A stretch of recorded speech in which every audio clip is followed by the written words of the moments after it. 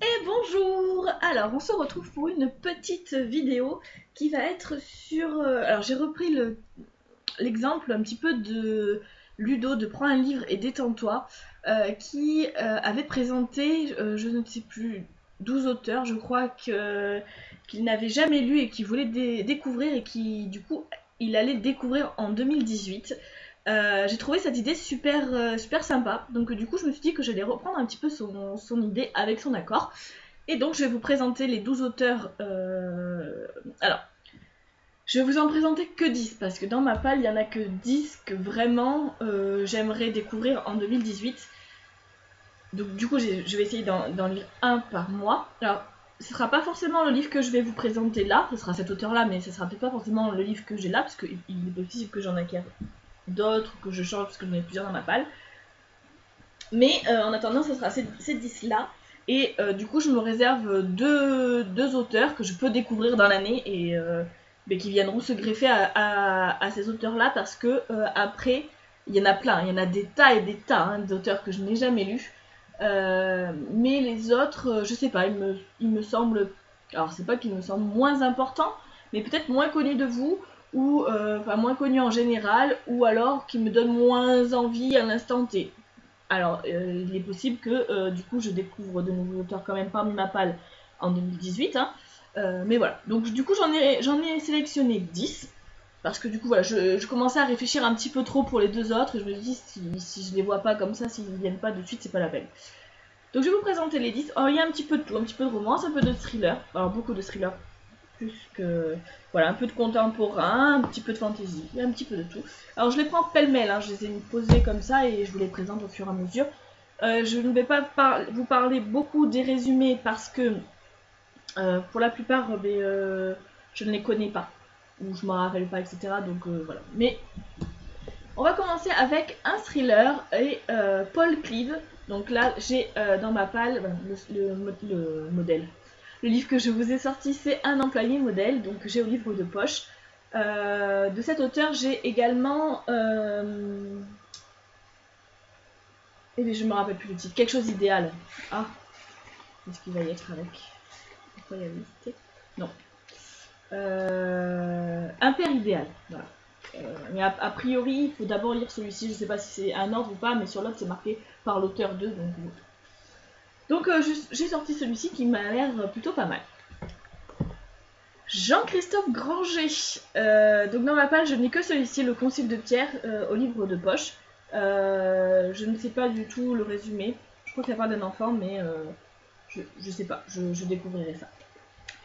J'ai également sorti. Alors là, c'est une petite brique, hein, parce que. Alors je sais pas si c'est celui-là qu'il faut que je lise ou s'il y a un ordre. Il va falloir que je regarde avant. Alors il fait presque 700 pages.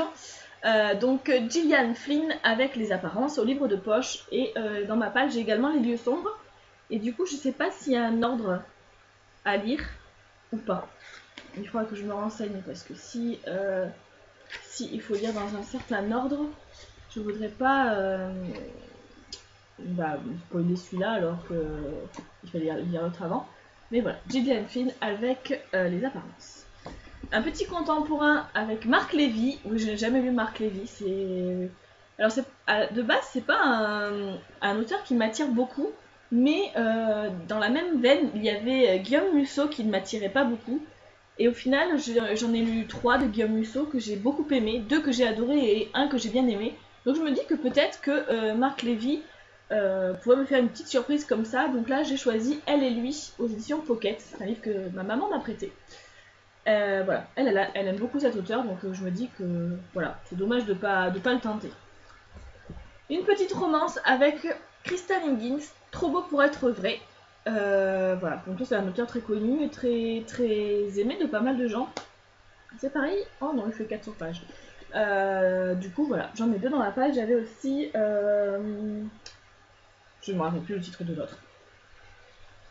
Par contre, c'est écrit tout petit. Alors, est-ce qu'il va y avoir. Non, il n'y a pas le titre des autres livres. C'est pas grave. C'est à la fin.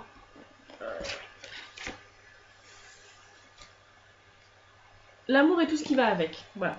L'autre livre que j'ai d'elle, c'est L'amour et tout ce qui va avec. Un contemporain également avec Delphine de Vigan, Rien ne s'oppose à la nuit, que j'ai aux éditions JC Lattès. Voilà. Je n'ai pas lu le résumé, il a l'air tout court, mais voilà, j'ai entendu du bien de ce livre, donc pourquoi pas. Un thriller, ou du moins un policier, avec Deux petites filles en bleu de Mary Higgins Clark aux éditions Livre de Poche. Voilà, j'ai jamais lu de Mary Higgins Clark, donc ça sera l'occasion.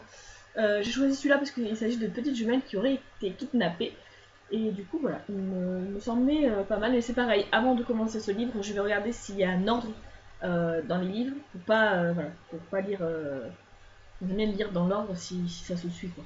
Au moins l'histoire des enquêteurs ou des choses comme ça. Un peu de fantaisie avec Gabriel Katz et Aeternia, le tome 1, La marche du prophète. J'entends que du bien de ce bouquin. Mais alors ça fait... Voilà. Donc du coup je me dis que enfin il faudrait que je le sorte et ça sera fait en 2018. Une petite romance avec Lisa Keplas, Cœur de canaille. Donc c'est la saga Les Ravenel aux éditions J'ai lu Aventure et Passion. Donc une petite romance historique je suppose. Voilà, Lisa Keplas, j'ai aussi La Ronde des saisons, mais j'ai prêté mon bouquin, donc du coup je peux pas commencer cette saga, donc je vais commencer celle-ci, à voir. Et enfin le dernier auteur que je vais vous présenter, c'est une grosse bricasse, parce que c'est écrit tout petit, il fait plus de 600 pages, et quand je vous dis que c'est écrit tout petit, je ne mens pas, il n'y a pas beaucoup de marge, etc. Et il s'agit de Terry Goodkin, la première leçon du sorcier. Donc c'est le tome 1 de l'épée de vérité. Ce livre, ça fait très longtemps que je l'ai. Alors je l'ai commencé... je vais dire que je triche parce que je l'ai commencé en 2017, mais j'ai lu 32 pages. Donc voilà, il sera fait en 2018. Et peut-être que comme il est gros et assez dense, je me ferai peut-être... je vais peut-être l'étaler justement sur tout 2018. Voilà, je vais voir si... selon combien il y a de chapitres, si je peux me faire un chapitre par semaine ou quelque chose comme ça. Vous voyez, pour que ça soit plus digeste. Parce que voilà, il me fait un petit peu peur celui-là quand même à lire. Voilà pour cette vidéo. Voilà, donc cela, je vais me faire une petite pile en dehors de ma pile à lire habituelle. Et donc tous les mois, j'en choisirai un. Et comme ça, je découvrirai un auteur par mois, ce qui peut être plutôt sympa. Voilà, je vais vous laisser là pour cette fois-ci. Je vous retrouve à bientôt. Non, je vous retrouve bientôt. Ciao, ciao.